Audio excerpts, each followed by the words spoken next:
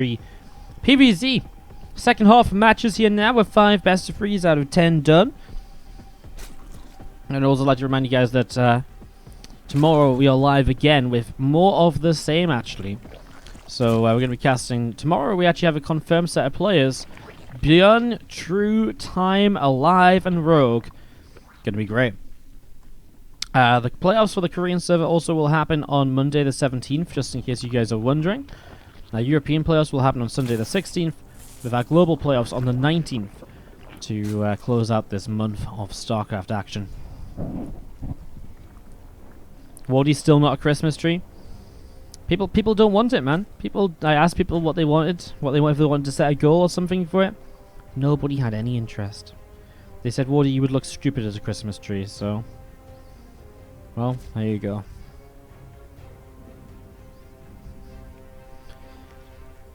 Cybernetic core drops down from MacSed on the top left-hand side. Nexus coming up on the naturals. You see this pylon dropping down as well in the main.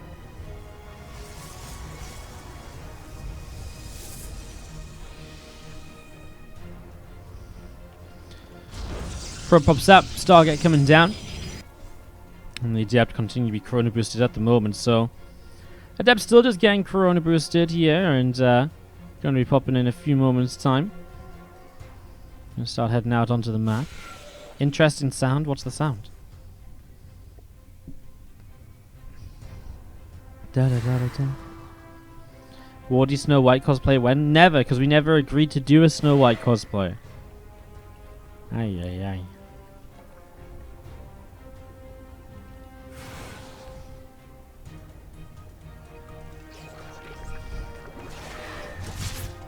Adept shades in toward the main base. And we'll just be cancelling that shade there. Queen helping to push the Adept back just a little bit. Phoenix being Chrono boosted out at the moment as well. So just getting this going as we do see that third hatchery dropping down. And again, 2 Adepts together going to join up and try and see what they can do with their combined efforts. The StarCraft music's going in and out of tune. That's probably because you have low latency mode enabled on Twitch, which for some reason makes the game music go in and out of tune rather than anything else. I don't know how it works, honestly, I really don't, but it's that is genuinely what it is. It's a Twitch thing. It's very strange. It's very strange, but it doesn't happen for everyone. I don't hear it either, so it's really just something that's happening for. I can't explain it actually. Like, someone tried to explain it to me, and I'm just like, yeah, it's just a Twitch thing. Like. That's my professional explanation right now. Robotics facility dropping down in the natural expansions. We do see this Oracle of MacSed continuing to come across the map. Coming all the way down to the south side. Phoenix coming in with it. We are going to be seeing the Oracle trying to get in and do something there, but just doesn't quite manage to. Again, Twilight Council and the Robo facility currently on the way up on the top left-hand side. So the Twilight and the Robo means that MacSed heading in towards a bit of an Archon drop follow-up most of the time here. And well, again, hasn't done a lot with the Oracle, no kills or anything, got the single overload of the Phoenix as you expect to. But, yeah, outside of that, I mean, Ragnarok just good defense against the Stargate. And there's that Prism and there's the Templar Archive. So again, the setup in towards Archon drop is very real. It is very much so on the way at the moment. We've got a probe just hanging out over to the left-hand side. This Phoenix coming around as well. Some Zerglings gonna be able to find the third base on the way up, but I mean, this is a third base that's well protected. A couple of Zealots and Adept in between the 2 structures here. Hydra's then dropping down in the back of the main, and again, Ling is running around through the top side of the map. Single Zergling just running around on the left-hand side too. And again, as the Hydra Den finishes, we're going to be seeing a whole bunch of Hydras on the way up. Groove Spines get started as well. A couple more drones also just on the way. 2 Archons from MacSed coming over, and already a couple of Zerglings getting picked off here. There's a couple of Zerglings going down there. There's the charge upgrade also being Chrono boosted at the moment from MacSed, so getting that underway. Oracle comes up to have a bit of a scout around. doesn't see too much at the moment. Again, the Archons on the other side are dropping in and getting a little bit of damage done as the Hydras and Queens then push this Prism back out into the center. So Prism not going to be able to stick around there for all too long. Again, already a lot of damage taken puts this into a bit of a weird spot where you have to be very careful with what you do at this stage. Otherwise, if you lose the Prism and the Archons, I mean, that's a huge loss. And then suddenly counterattacks become so important, so valuable actually, because of just the fact that these two Archons are a big part of your army in this early stage of the game. So you have to be extremely cautious with them. As we see, there's Zergling coming around and is just spotting for a 4th base coming down, although there's already this Ling here. Ragnarok just taking map control where he can, trying to scout information at all. Sees an Immortal, for example, runs over here, may set up a stasis ward, but he turns around, and we'll just keep the Ling elsewhere instead. So again, just looking for map control. Very fast Storm actually from MacSed, doesn't waste any time at all, perhaps seeing that this is something of a Lingbane Hydra composition, or maybe just seeing the Hydras already. He just says to himself, right, well, Hydras are very high damage output units, but if you can splash damage them down, well, they die very quickly because they are very fragile. So the Storm is a very good choice. Now, if you go Hydra heavy, it's very often going to be along with Lingbane, in which case Storm really is just going to work wonders over and over again. As Lingbane runs into your army, you drop the Storm, so it takes a lot of damage on the way through, and you know, at that stage it just gets better and better, as we are going to be having the Hydras set off over to the left-hand side here. Lings are going to run on over to the right. A couple of Hydras joining up as well. More Prism loads up 4 Zealots. And those 4 Zealots are going to start coming down this right-hand side. Try and get in position and see what they can do. These Zealots start charge forwards as we've seen those Lings forcing the Zealots to lift up and back away to the right side now. So the Zealots going to hide away over to the right. More Hydras on the way over, and they actually are going to find the Warp Prism. Big pickup by Ragnarok. Suddenly he has so much more freedom on the map. Man, kill the Warp Prism is always such a great feeling. Suddenly you just don't have to worry about it. You don't have to think about what the, any concerns. You can just be left to kind of play your game. It's a wonderful feeling. So immediately Ragnarok sets up aggressively, as we see a whole bunch of Banelings morphing in. Now at the moment he's kind of set to attack in from just a singular direction, which should mean that these Storms will have a pretty good time. We see a few Overlords around the left, maybe some Dropper Lords going to get morphed in here, and Ragnarok looking for some action in that regard with the Banes. Again, just set up here at the moment. There we go, Lings and Hydras on the left side, so getting these Dropper Lords ready to go. Finds a Phoenix that was looking for stuff like this. Obviously it tells MacSed that there's units over there, but he doesn't necessarily know they're going to lift up in towards the main base yet. The first Banes roll forwards. They actually get quite a few Zealots there, and bringing these pylons low as well will allow the Hydra's job to be made that a little bit easier, as a couple of these cannons start to pick away. And I mean, in fairness, a few of these Hydras are going down pretty fast. Again, Zealot's just not really getting the job done at the moment because the Banes do a lot, and the Hydra damage is just picking them up as they wander in a couple at a time. Now MacSed brings the rest of his army back over. He was very aware of the army on the left side, and so he had a lot positioned to deal with it, but it just never arrived. Now finally, as this right-hand side attack pulls back, that is when the army on the left will arrive, and already looks as though this 4th base will get cancelled. The drops heading in towards the main base too. It's going to be a lot of Zerglings going to go for a lot of damage. Obviously, Lings running into a mineral line can always be a frustration, especially because you don't build defenses in your main base usually a lot of the time, because you know you're usually just hoping to hold the wall off and to stop units ever getting in the first place.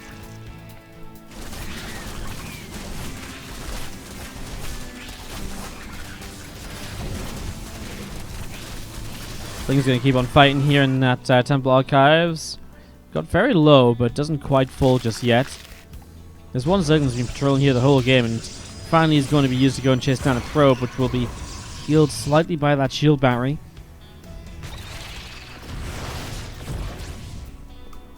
And these Banes and Hydras coming across the map. Oh no! The High Templar get hit by the Banelings, and obviously that's just a huge play. Suddenly everything gets shut down here. Banes, Hydras, and Lings will keep on pressing forwards, but this is already looking really bad as you see Hydras and Banes pushing in up the left-hand side as well. I mean, these couple of Archons are going to be in some real trouble too. There's just nothing to save this. These Hydras are going to get cancelled here. In the main base, at least, there's not much else going on. Ragnarok not going to be able to do much there. But again, Hydras on the right side have finally pushed back. But it costs them so much. Again, those High Templar going down is absolutely game-ending. I mean, without Storms, I mean, you build up Storm for a reason. Storm is an integral part of your army in this situation usually. And in this case, it just got shut down. Nothing going to happen at all. Wow. Well, that's brutal. few of these overlords going to load up and move in towards the main base here. Again, just a few hives. There's still zealots around though, so I don't think you can actually drop into this. If you could drop elsewhere and then... okay, maybe there's enough. There's actually a couple of Banes in here, which does help out. Dropping Banes on things does work pretty well, I guess, when they're melee units. A few Banes over here as well. Similar story. Cleans out the zealots and... Well, MacSed's going for kind of like the push of Doom, which is not very doomful. 2 Archons, 2 Immortals, 2 Adepts. Well, not even 2 Adepts. An Adept and a Zealot. The other Zealot went running off ahead. And the 4 High Templar, well, the first Storm is very good. If the Storms were like that earlier, maybe this would have been a very different game. The next 2 Storms, well, I mean, Ragnarok was already dodging away, so he was already a step ahead of this. And as pushing forwards, that's going to be Ragnarok taking the first game of this best of 3. Get this underway. Ooh. Wrong buttons. There we go. I don't know why I was trying to unmute the sounds. The sounds weren't muted. Bottom left-hand side, taking game number 1. We have our Red Zerg from Psystorm Gaming. This is Ragnarok. And in the upper right, the yellow Protoss player is MacSed.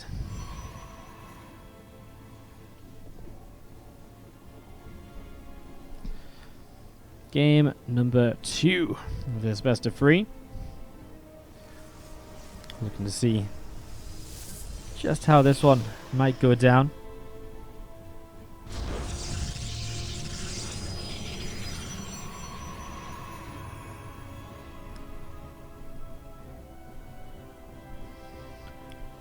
Blue Shift as a map compared to Parasite is obviously very different from the very first rush distance, which makes ground-based pushes a lot stronger, so if you wanted to go for something like a big aggressive roach attack, you could do that much more easily on here than... I mean, you just wouldn't see that basically ever on Parasite.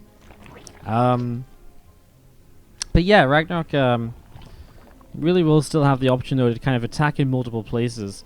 Coming across here, dropping into the main, pushing this space while also hitting the right side.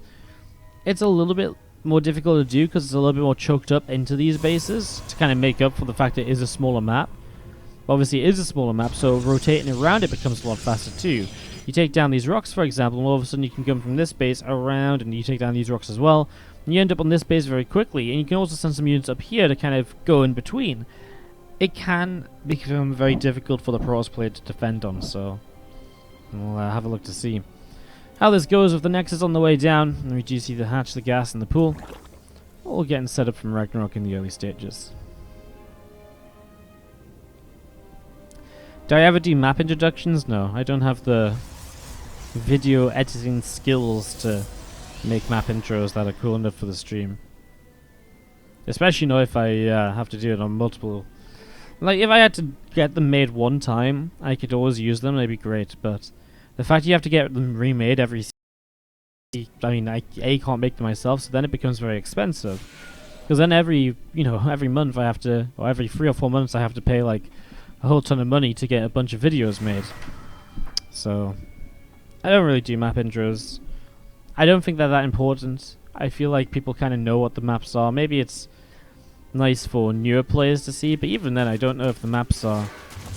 I don't know, I never really thought map intros were really that important at all. Like, I mean it's kind of nice, but you're kind of just showing like random areas of the map and then you have the overall map image. I don't know. Sure someone would do it for free? Well, here's the issue. If someone is good enough to do it to good quality, then they probably shouldn't be working for free. So it's always that kind of conundrum, and then I'd feel bad that they're doing it, and and then you have map intros, and then the next time you need them made again, the person's busy, so they can't do it because they're doing it for free, and then you don't have map intros, then the stream changes dynamics again, and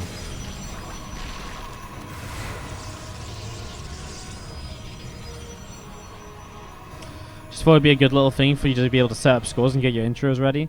Honestly though, I mean, like realistically, setting up scores is really fast. I mean, you go in game, like if we go in game and say it's something like this on the scoreboard, right? Boom. Oh, I already had the +1 there, but it's like 2 seconds to set up the score, and I mean, maybe it allows you to be a bit more professional. I guess it looks very good overall. But I mean, WCS doesn't use map intros or anything like that, right? So I think it's a very stylistic thing. I don't really feel the need for them, basically. They give an idea of what the map looks like and a rough feel for it. Do they, though? Like, I mean, sure, but you also see that as, you know, in the first 5 minutes of the game where nothing happens a lot of the time. You know, it'd be different if it was like a walk-down map intro. Like, it was like, welcome to Blue Shift, where you have a main base leading down to the natural, no ramp natural. Makes for those aggressive attacks. You know, and then it's, you know, a 3 or 4 base setup.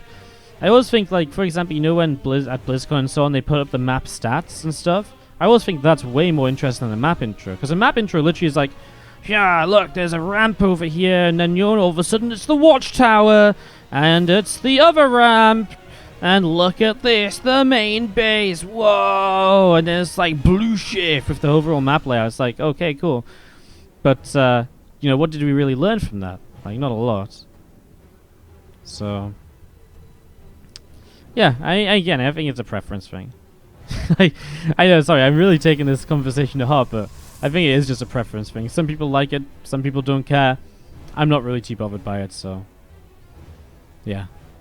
If anything, I'd like to maybe get like a screen for each map so I can be like, hey guys, going into Blue Shift, this is what it looks like, here's the major talking points about Blue Shift. Maybe here are some statistics about Blue Shift, like, you know, a lot of the time we see this build, or this % win rate, that sort of thing. So, you know. Anyways, back to the StarCraft 2, the actual game. So you've seen the initial couple of Archons. He will not get that Overlord. Transfuse saves it. Nicely done there by Ragnarok. These first 2 Archons have not done anything at all, really. A drone, a Ling, and an Overlord. I mean, it's been a very passive first 6 minutes, and that's why I've been blabbering on quite happily. Because there really hasn't been that much to pay attention just yet.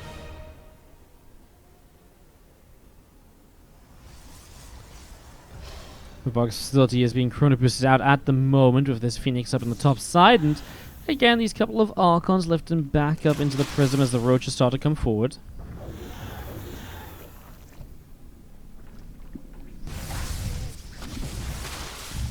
Roaches coming in will be able to just again force those Archons to lift up and just keeping them pinned back, stopping the crew from being, you know, pushed too far back as well.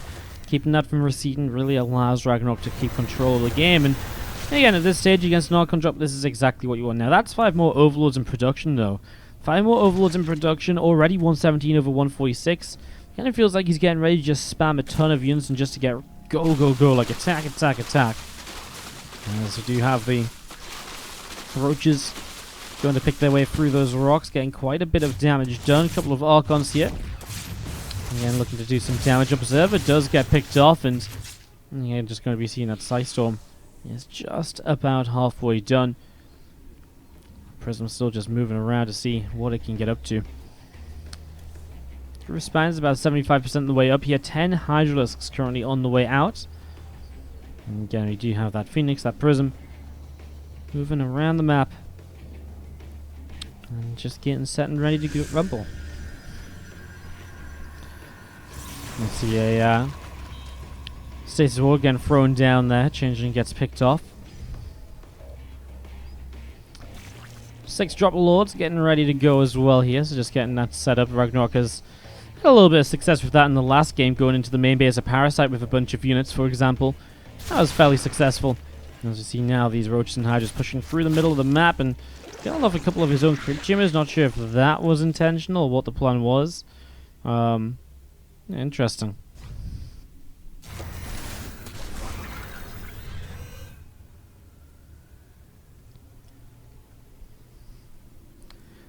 So that's going to come charging around the bottom side. Phoenix does see these few units pushing up. There's the Drop Lords loading up, though. The Phoenix still alive here. The Hydra's never actually finished that off there. And the rest of the army coming in too, so Ragnarok in a moment just has to be careful. Cannot really commit over in towards that main base just yet. Has to be very cautious of everything else going on here as we do see these Roaches picked off once again. And again, going to get ready to come across and think about trying to unload elsewhere. So Roaches and Hydras dropping down once more, and then going to once again jump back in and keep this going. On the bottom right hand side, Stasis Ward goes off, and a few of those Roaches getting caught. Overseer gets taken down by the couple of Archons. Shield battery helping to heal these Archons up and getting their shields filled. And there's that Lurker Den from Ragnarok also coming through at the moment with Roaches and Hydras still just picking their way through these Zealots and doing a very good job of it. The big drop into the main base, Twilight Council going to go down. So now MacSed is a little bit out of position. He whoops in a bunch of Zealots. He has some Immortals here, but this is so many units. And he was starting to target down the Temple Archives, and he will turn and finish that off. Honestly, I feel as though he maybe could have just fought his way through those Zealots and those Immortals, but perhaps I'm wrong. I guess he was starting to lose out on units. I mean, he's only missing out on, what, like 1.5 Overlords of load up? I feel like the Zealots go down. I mean, maybe it starts getting very weird, because then you try and fight the Immortals with less units than you originally had, and then they have barriers, and they just don't die, and then you kind of feel a bit stupid for sticking around, so that's a fairly realistic little something as well, as we do see these Overlords heading towards the main base. Fleet Beacon dropping down from MacSed in the main base as well. Twilight Council coming down into the main, and we do see again the units from MacSed moving around in the bottom half of this map. Plus 2 missiles from Ragnarok is about to finish. As again, pressing forwards, you see a couple of Archons already dealing some damage. Hydra takes a shot. Little Storm's going down, and again, just little bits and pieces here, but there's a counter-attack. Roaches coming through and finally going to start getting some real damage. Word count taking some hits. The Dropper Lords are moving towards the natural expansion, which is where MacSed's moving away from. Almost as if in a comedy film, the army moves away as the main drop comes in. And now this Mineral Line in some trouble as well. Zealots are blocked by his own Sim City, cuddling up with this pile on the Nexus. Disaster is striking across the map. These Immortals are chunking their way through this Nexus, but through this hatchery. There is Lurkers ready, and they're just trying to get forwards and into position in time. As you see the third base, the natural 38 workers have gone down, and Ragnarok not only holds a solid worker count still, he keeps his base alive. All Ragnarok has to do at the moment is, well, just stay alive for a little bit longer, and then his eventually the fact he's up 40 workers is going to really come into play, and he's going to get himself in a position where his economy turns his army into such a huge army that he's just not going to be able to lose for so much more than his opponents. That's all he's doing at the moment. As I see a few Immortals and Zealots gathering up.